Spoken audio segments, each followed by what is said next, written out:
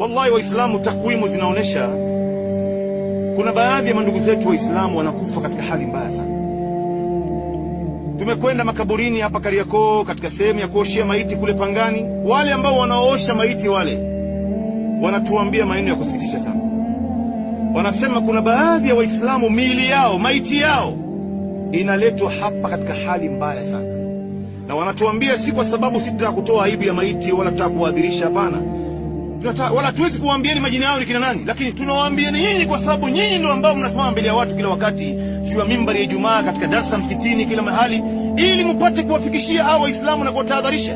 Kuna baadhi ya Waislamu leo miili yao inaletwa hapa, mtu amekufa na miraa imejaa ndani ya mdomo wake. Wala haula wala quwwata illa billah. Wanasema bwana, wakati mwingine mtu bado mwili wake ni mbichi, ndio anaanza kufa, tunaifungua ile meno na mdomo, tunatoa na flash ile miraa out.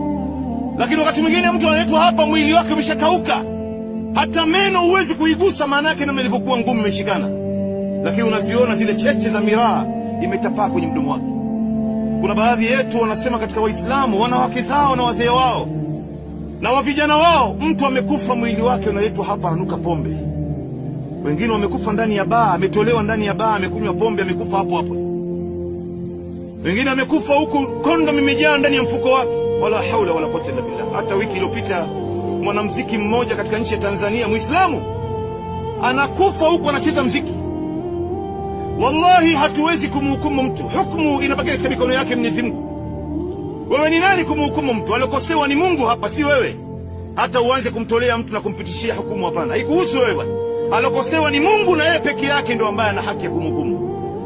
Lakini wallahi tunaona alama za mwisho mbaya kwa baadhi ya mandugu zetu Waislamu. Hizi zinaitwa alamat su'il khatima, alama za mwisho mbaya kwa mandugu zetu. Wallahi ndugu zetu Waislamu, sisi ambaye wengine wetu bado tunaikumbatia hii dunia, tumeshasahau. Hata unapoongelewa mambo ya mauti haya unachukia wewe, unawaambia watu, jamani, mbona mnachafua hewa na maudhui kama haya? Hakuna maudhui mengine ya kuzungumzia jamani. Maana yake tunataka tutahadharishane Waislamu. Wewe toka leo umekula miraa, miaka yote hii imekusaidia nini katika maisha yako? Hauoni kwamba hii miraa inavunja uhusiano wako na Mungu wako, inahatarisha pepo yako na janna yako?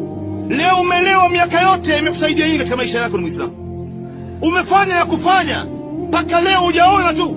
Leo kuna baadhi ya Waislamu, mtu miaka 30 iliyopita ni yule yule mpaka leo, tabia zake mbovu ni zile zile, matendo yake ni yale yale, mazungumzo yake machafu ni hiyo hiyo. Sasa mtu utabadilika lini Muislamu? Kama ukubadilika sasa hivi, na hii ni mawaidha tosha